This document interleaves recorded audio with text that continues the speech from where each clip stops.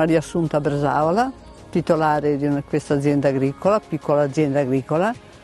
Produciamo principalmente ciliegi e un piccolo appezzamento di mele biologiche in un altro posto qui vicino.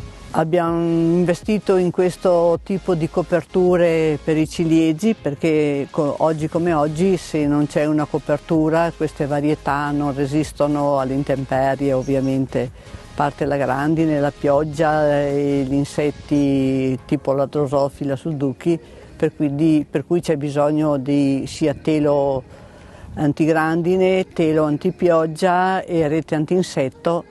Queste sono varietà nanizzanti, per cui hanno pezzature importanti e di qualità, ecco. Gli impianti di copertura, questo qui, sono molto costosi e quindi noi abbiamo potuto farli perché abbiamo avuto accesso a contributi del GAL, se no sarebbe stato un po' difficile riuscire a pagarli.